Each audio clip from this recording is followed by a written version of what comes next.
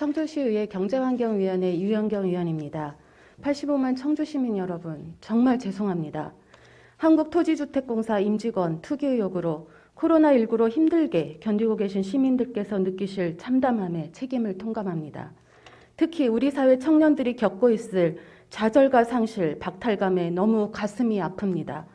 최충준 의장님을 비롯한 선배 동료 의원 여러분, 한범더 시장님과 공직자 여러분, 저는 오늘 한국토지주택공사 임직원 투기 의혹으로 인한 시민들의 분노와 좌절, 상실감이 공정과 평등의 사회로 회복될 수 있도록 의원과 공무원 모든 공직자가 결단을 내려야 한다는 생각에 이 자리에 섰습니다.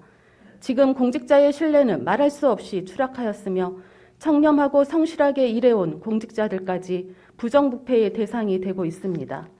부동산 투기는 그동안 개발을 발전의 원동력으로 경제 성장을 추진해온 국가와 지방자치단체의 뿌리 깊은 적폐였습니다. 부동산 불로소득은 성실한 대다수 선량한 시민의 삶에 대한 의지를 꺾고 불평등을 심화시켜 왔습니다. 청주시에서도 사업 예정지 주변 일부 주민 사이에는 공무원 투기 의혹이 있었던 것으로 전해졌다는 기사도 있었습니다. 청주시에서는 지난 3월 11일 청주 테크노폴리스와 오창 테크노폴리스 두 곳 등을 우선으로 개발 관련 부서 현직 공무원 부동산 투기 여부 조사를 발표하였습니다. 개발 지역에 대한 공직자의 부동산 투기를 근절하겠다는 의지를 밝힘으로써 시민들의 참담한 심정을 하루빨리 공감하고자 한 고무적 태도라고 여겨집니다. 저는 추락한 공직자의 위상을 회복하고 공정하고 정의로운 사회를 만들기 위해서는 부동산 투기 근절 계획을 구체적이고 신속하게 강력한 의지를 담아 추진함이 필요하다고 봅니다. 먼저 모든 공직자에 대한 전수조사를 해야 합니다. 관계부서만이 아니라 청주시 공무원과 의원 모두 배우자 등 직계, 좀비 속을 포함한 전방위 조사가 필요합니다. 청주시는 공무원의 상당수가 부부 또는 친인척 관계로 구성되어 있으며 잦은 부서 이동으로 정보 공유가 용이한 조직 환경입니다. 그리고 의원 또한 직을 활용하여 사전 정보를 알 수 있습니다. 둘째, 조사 대상은 청주시 지정 고시 일반산업단지뿐만 아니라 지구단위 개발 관련, 허위 농지 취득 자격 증명 관련 농지법 위반 사례 등에 대해서도 확대해야 합니다. 청주 TP 일반산업단지, 청주 동남지구, 오송 3 국가산업단지 등에는 개발사업 이전에 개발 예정지에 조립식 주택이나 어린 묘목들이 빽빽히 들어섰습니다. 부동산 투기 현장에서 흔히 볼 수 있는 현상입니다. 셋째, 공직자 부동산 투기 제보 신고 창구를 설치하고 신고자에게는 포상금을 지급하여야 합니다. 전수조사로 결과가 나오기까지는 시간이 걸릴 것입니다.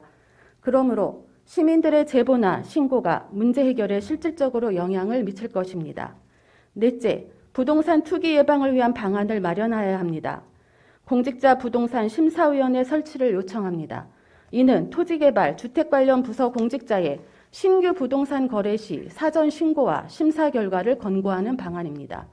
그리고 향후 부동산 허위신고 공무원이나 투기 목적의 다주택 공무원은 승진, 전보 등 모든 인사 대상에서 배제하여야 할 것입니다. 마지막으로 시민들은 조사에 대한 불신이 큽니다.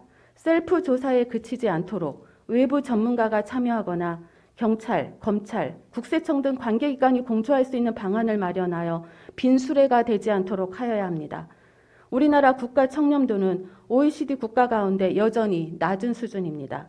높은 경제 성장과는 다르게 그다지 향상되지 않았습니다. 스웨덴 부총리이자 총리 후보였던 모나 살리는 업무용 카드로 초콜릿을 샀던 사실이 보도되면서 결국 사퇴했습니다. 공직자의 청렴도가 얼마나 엄격한지를 볼 수 있는 사례입니다. 공직자로서 윤리와 도덕성을 엄격하게 지켜야 한다는 것은 공직자 모두 잘 알고 있습니다. 그러므로 실천과 행동이 뒤따라야 합니다. 미래 세대를 위해 공직자의 부정부패, 부동산 투기, 이제는 단호하게 뿌리를 뽑아야 하지 않겠습니까? 이상으로 5분 자유 발언을 마치겠습니다. 경청해 주셔서 고맙습니다.